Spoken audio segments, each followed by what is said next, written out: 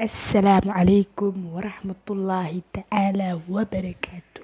أصحابتين شرفت إيا قيمة له كسو دبادة يوتيوب جانل كينا صومالي تجابو toban iyo kow.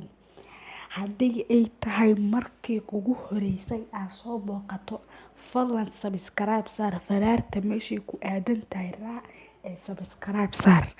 Maanta waxaan ii wadaa barnaamijkii taxanaha noo ahay ee ugu magacdarnay faa'iidooyinka qudaarta dalkeena qaybtiisa saddexaad.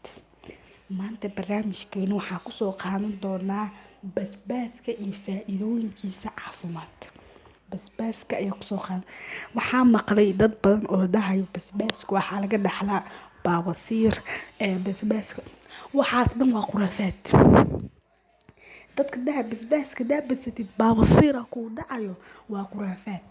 Baabasiir Ilaahay hayo qof korona Ilaahay buu ku ridaa.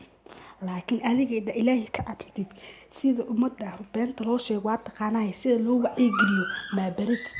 Ilaahay ka cabso. Oo kawar inaan dheeray maribi.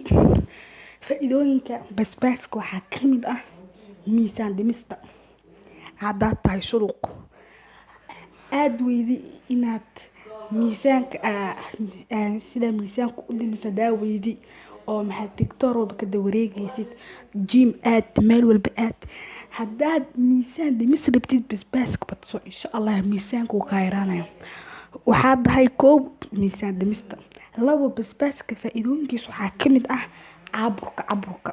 Qofka markuu cabursan yahay oo naqas hayo basbaasku u fiican yahay. Caburku waxaa soo galay meesha sida hergebka coronaviruska had imaaday waxaas dhan waxa oran basbaaska fadan basbaaska hal badsado. Meeshaas ayaa kusoo gabeynaya. Wassalaamu calaykum warahmatullahi ta'ala wa barakatuh.